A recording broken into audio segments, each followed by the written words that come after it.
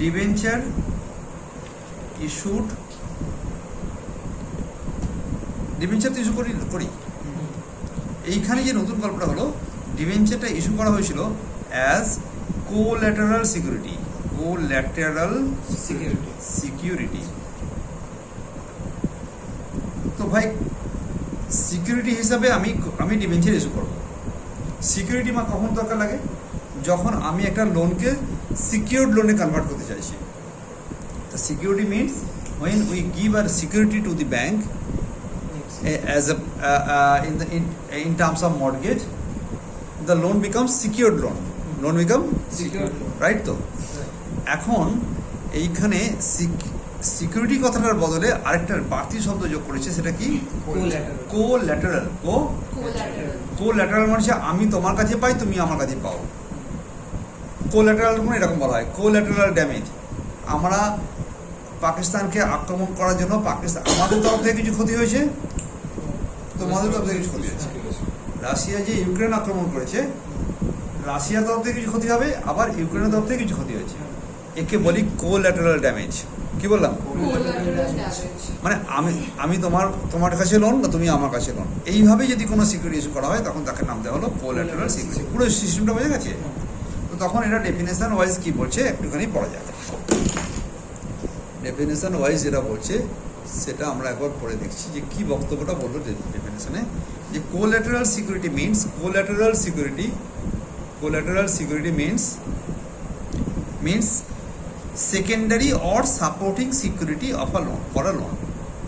একটা লোনের জন্য তুমি একটা সাপোর্টিং বা সেকেন্ডারি সিকিউরিটি দিলে। আমি এমনও এক্সাম্পল দেখেছি অন্য বইতে, যেখানে মনে কর 1.5 কোটি টাকা লোন নেওয়া হওয়ার জন্য একটা 1 কোটি টাকা লোনের জন্য আমি 1.5 কোটি টাকা একটা বিল্ডিংও রেখে দিয়েছি, আবার সঙ্গে সঙ্গে আরেকখানা ডিবেঞ্চারও কোল্যাটারাল করেছি।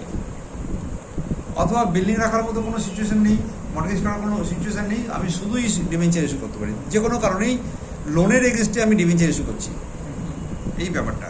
Collateral security means secondary or supporting security for a loan which can be realized by the lender in the event of original loan not being repaid on the due date.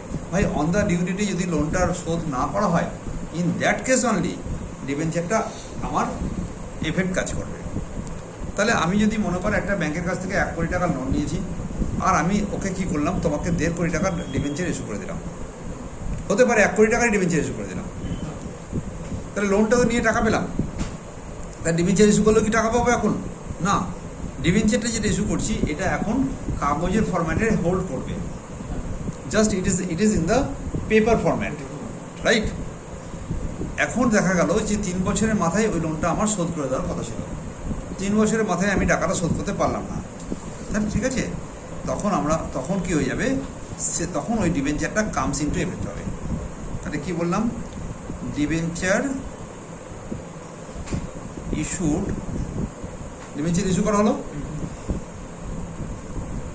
Debenture issued as security, তাই না? এটাকে security হিসাবে আমি issue করেছি against কি? Against a loan, fine.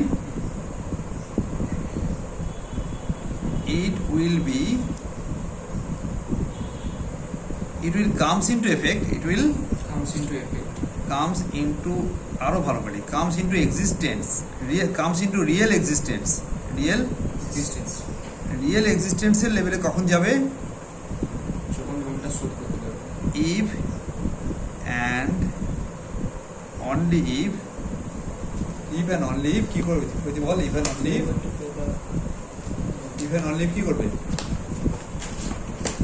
if and only if the loan and interest, দেখবে দিকে, interest is unpaid। কি হলো বল? টাকা দিতে না পারলে এটা হয়ে যাবে on the due date।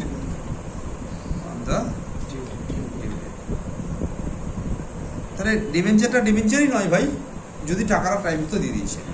ডিবেঞ্চারটা comes into debenture, that paper comes into debenture that debenture, that paper will be converted into debenture only when there is a default in payment of loan and interest. Fine idea হয়ে গেছে? তো এটা আবার definition wise আমি আরেকটুখানি পড়ে দিচ্ছি। But sometimes company issue their own debentures as collateral security for a loan. Fine. When the loan is repaid on the due date, these debentures are at once released. ওটাকে release করে দেওয়া হলো, মানে ওটাকে তখন রিভোক করে দেওয়া হলো। ওকে, এটা রিভোক করে দেওয়া হলো উইথ দ্য মেন সিকিউরিটি। পাক্কা?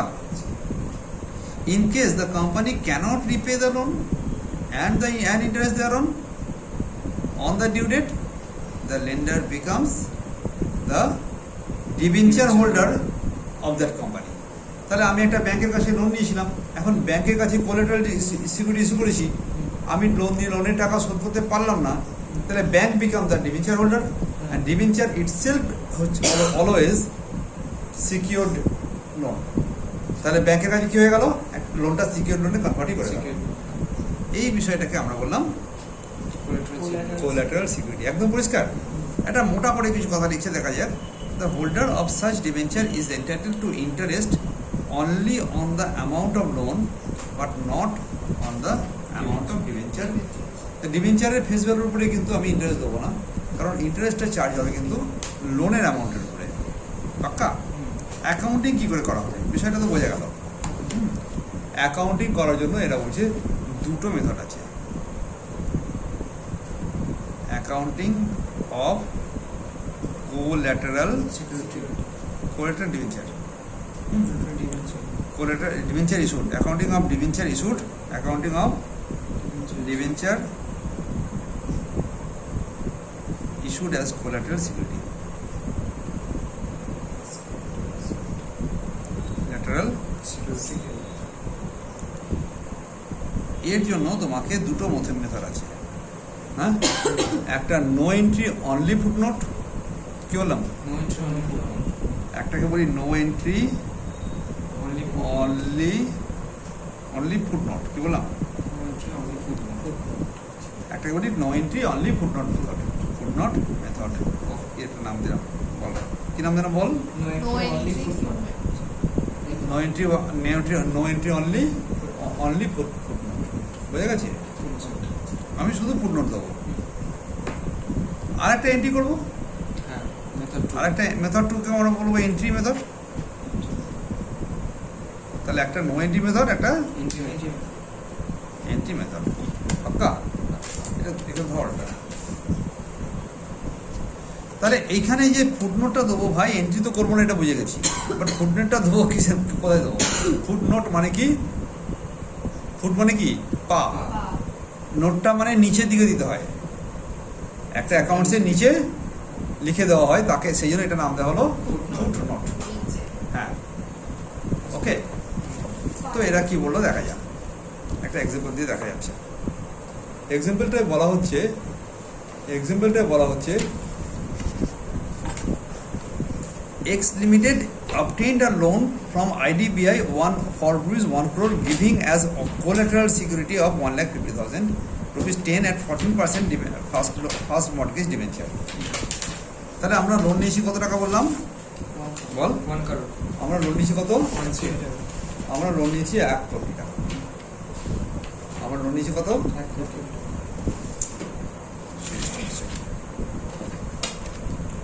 আমরা লোন নিলাম 1 কোটি টাকা। তো নো এন্ট্রি মেথডে এন্ট্রি করবো কি করবো না বলো? করবো না, ফুটনোট দেবো। ফুটনোট দেওয়ার জন্য যে গল্পটা বললাম যে আমরা লোন নিয়েছি কত? 1 কোটি টাকা, আর আমার কিছু করেছি 1.5 কোটি টাকা। সেটা কোথায় লেখা হবে দেখা যাক। মনে কর এটা ব্যালেন্স শিট, ব্যালেন্স শিট তো বানানো আছে, রাইট? ব্যালেন্স শিটের পরে লেখা হলো নোটস টু অ্যাকাউন্টস। কি লেখা হলো? Notes to accounts. এটা পরে কথা দেখাচ্ছি,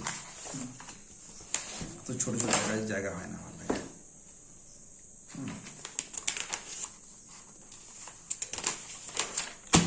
বললাম যে মেথডগুলোকে দুটো ভাগে ভাগ করবো।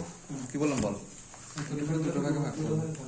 তাহলে মেথড অফ অ্যাকাউন্টিং এর জন্য কোলাটেরালের আমরা দুটো ভাগে ভাগ করেছিলাম। একটাকে কি নাম দিলাম? নো এন্ট্রি, নো এন্ট্রি, একটা আর একটা মেক এন্ট্রি, মেক এন্ট্রি, তাই না? হ্যাঁ। একটা নো এন্ট্রি, একটা make make entry. Entry. No entry যদি মেথডই হতো তাহলে তো অ্যাকাউন্টেন্সি হতো না। হ্যাঁ। দ্যাটস ওয়াই নো এন্ট্রির জন্য আমাকে কি করতে হবে? No entry and footnotes, no entry footnote method, no entry footnote method, footnote method, footnote method. Method. Footnote মেথডে কি করা হয়? Balance suppose sheet। এটা আমার একটা ব্যালেন্স শিট, রাইট? এরকম ব্যালেন্স শিট হয় তো, হ্যাঁ। কোম্পানি ব্যালেন্স শিট এরকম দেখতে হয়। হ্যাঁ, সেখানে এখানে লায়াবিলিটিস এন্ড ক্যাপিটাল আছে, ইকুইটি এন্ড ক্যাপিটাল, হ্যাঁ এখানে এখানে আছে তো। হ্যাঁ। হ্যাঁ। এক্সপেন্সেস, তো এইখানে লেখা হলো কি রকম ভাবে? লং টার্ম বরোয়িং বলে এখানে লেখা আছে LTB, লং টার্ম বরোয়িং এর একটা ফিগার বলা আছে, রাইট? হুম। আর লং টার্ম বরোয়িং এর ফিগারে আমার লোন নেওয়া হয়েছে কত টাকা বললাম আমি? এইমাত্র 1 কোটি টাকা, তাই না? হুম, লং টার্ম লোনের জন্য আমরা 1 কোটি টাকার লোন নিয়েছি, 1 কোটি টাকার আমরা লোন নিয়েছি LTB, রাইট? এটা লোন বলে লিখলাম, লং টার্ম লোন আছে, তাও লেখা থাকবে না, শুধু LTB লেখা থাকবে। এইটার জন্য একটা নোটস টু অ্যাকাউন্টস হবে, ব্যালেন্স শিট মিলে গেছে, এরপরে অ্যাসেট সাইড ছিল, বোধ দিয়ে আমার ব্যালেন্স শিট মেলানো আছে, রাইট? এইটার নিচে এবার নোটস টু অ্যাকাউন্টস বলে একটা জিনিস বেরোবে, নোটস টু অ্যাকাউন্টসে অ্যাসেটের জন্য, লাইবিলিটির জন্য, সবার জন্য একটা একটা করে পয়েন্ট বেরোবে। তার মধ্যে একটার নাম হচ্ছে LTB, একটা নাম দিলাম কি? LTB, long term term borrowing. দেখা যাচ্ছে এখানে মার খাবি কিনতে এবার, কতটাই ছিল, long term borrowings, borrowings, borrowings, long term borrowings. Okay, long term বরোয়িংসে গিয়ে কি করব? লং টার্ম বরোয়িংসে গিয়ে কি করব? Long term borrowings, long term বরোয়িংসের আন্ডারে আমরা দেখাবো যে secured loan, secured loan, secure loan, secured লোনের আন্ডারে আমি দেখাবো IDBI ব্যাংক থেকে, IDBI থেকে আমরা লোন নিয়েছি। কত টাকা নিয়েছি? 1 কোটি টাকা। চলবে? এর নিচে একটা নোটস দেখাবো, এর নিচে একটা নোটস, নোটস। এটা কিন্তু অ্যাকাউন্টে পাঠ হচ্ছে না, তখন লিখে দেবো যে collaterally secured by, collaterally secure secured by issue of by issue of টান টান কত সময় বলা হয়নি, সিকিউরড বাই কি কত তাদের সময় হয়ে যাচ্ছে, secured by issue of 1 crore 50 lakh 14% first mortgage debenture, 14% first mortgage debenture, debenture. Mortgage debenture, শুধু মর্টগেজ ডিবেঞ্চারই বলতে পারতো, শুধু ডিবেঞ্চার বলতেই পারতো। হ্যাঁ। যে নামটা ওরা দিয়েছে সে নামটা লিখে দিলাম, method number left side is over. Right সাইডে আমি কি করব? কথা সব সরে যাচ্ছে কোথায় কোথায়। রাইট সাইডে কি করব? মেক এন্ট্রি মেথডে কি করব? মেক এন্ট্রি মেথডে একখানা জার্নাল করব। জার্নাল লিখবো কি? জার্নাল লিখবো debenture suspense account debit two, কি বললাম? Debenture debenture suspense account account debit two 14% debenture, to 14% debenture account, 14% debenture account, debenture account. তাহলে এটা কত টাকা দিয়ে হবে? 1.5 কোটি টাকা, 1.5 কোটি, 1.5 crore। কি মুশকিল কথাবার্তা? যে ডিবেঞ্চারটা তো আমি ডিবেঞ্চার ইস্যুই করিনি, সেই ডিবেঞ্চারটা ক্রেডিট করে দিলাম। যে ডিবেঞ্চারটা আমি সত্যি সত্যি ইস্যু করেছি কি না, মিথ্যে করে লোক দেখানোর জন্য ইস্যু করেছি, সেটা কিনা আমি ক্রেডিট করে দিয়েছি, তখন সিমিলার অ্যামাউন্টের একখানা সাসপেন্স অ্যাকাউন্ট দিয়ে আমি একটা অ্যাসেট বানিয়েছি। তাহলে এখানে কি হয়ে গেল? ধর যাক এটা যদি ব্যালেন্স শিট হতো, টি ফরম্যাটে দেখাচ্ছি, তাহলে আমার অ্যাসেট সাইড কোন দিকটা? রাইট সাইড না লেফট সাইড? ডান দিকে, রাইট সাইড। ওকে, তাহলে এইখানে যে অ্যাসেট সাইড আছে, অ্যাসেট সাইডে আমি লিখবো ডেব সাসপেন্স, ডেবিটটাকে সাসপেন্ড, অ্যাসেট সাইডে লিখবো 1.5 crore, আর এখানে লিখলাম 14% মর্টগেজ ডিবেঞ্চার, হ্যাঁ মর্টগেজ, ফার্স্ট মর্টগেজ ডিবেঞ্চার করে 1.5 crore। চলবে কি চলবে না?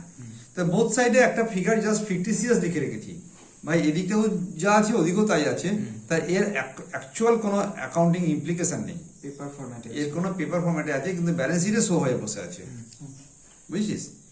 এবার ধরা যাক ওই টাকাটা টাইমলি শোধই করে দিয়েছি, টাইমলি শো করে দিয়েছি। টাইমলি শোধ করে দিলে এই জানাটা রিভার্স করে দেবো।